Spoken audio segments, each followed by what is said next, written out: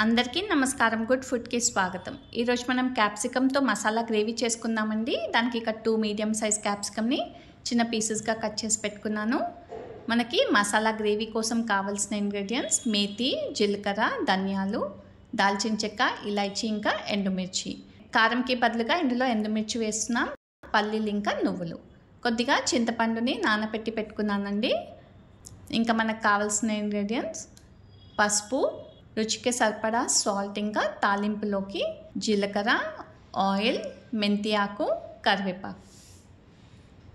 ఇప్పుడు మనం మసాలా పేస్ట్ చేసుకోవడానికి పల్లీలు, నువ్వులు ఇంకా చింతపండును కూడా ఇందులోనే యాడ్ చేసి పేస్ట్ చేస్తున్నానండి. కావాలంటే మీరు తర్వాత కూడా చింతపండు పల్ప్ని యాడ్ చేసుకోవచ్చు. మనకి పేస్ట్ రెడీ అయిపోయింది. ఇప్పుడు ఒక కడాయిలోకి కొద్దిగా ఆయిల్ వేసుకోవాలి. ఆయిల్ కొద్దిగా వేడైన తర్వాత ఇందులోకి దాల్చిన చెక్క, ఇలాచీ ఇంకా జీరా కూడా యాడ్ చేసుకోవాలి. కొద్దిగా పసుపు.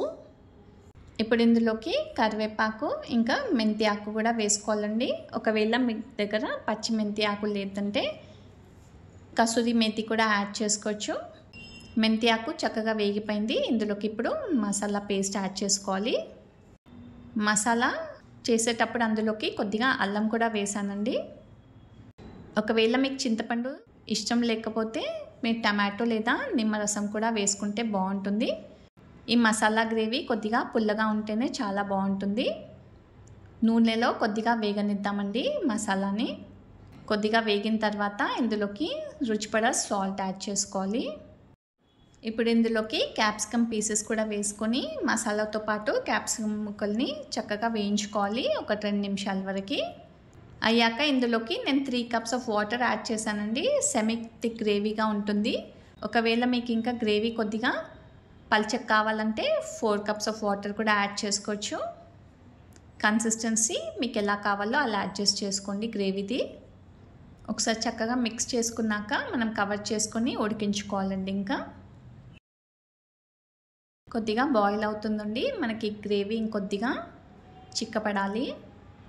అలాగే క్యాప్సికమ్ కూడా కుక్ అవుతుంది. ఈ కన్సిస్టెన్సీ మనకు కరెక్ట్ అండి. చూసారు కదా, కొద్దిగా ఆయిల్ కూడా సపరేట్ అవుతుంది. మనకి క్యాప్సికమ్ కూడా చక్కగా ఉడికిపోయింది. ఇంకా ఈ కన్సిస్టెన్సీ గ్రేవీ కూడా కరెక్ట్గా ఉంటుంది. ఇంకా సర్వింగ్ బౌల్లోకి తీసుకుందాం. చూసారు కదండి, మనం క్యాప్సికమ్ మసాలా గ్రేవీ ప్రిపేర్ చేసాం. ఆనియన్ ఇంకా గార్లిక్ లేకుండా.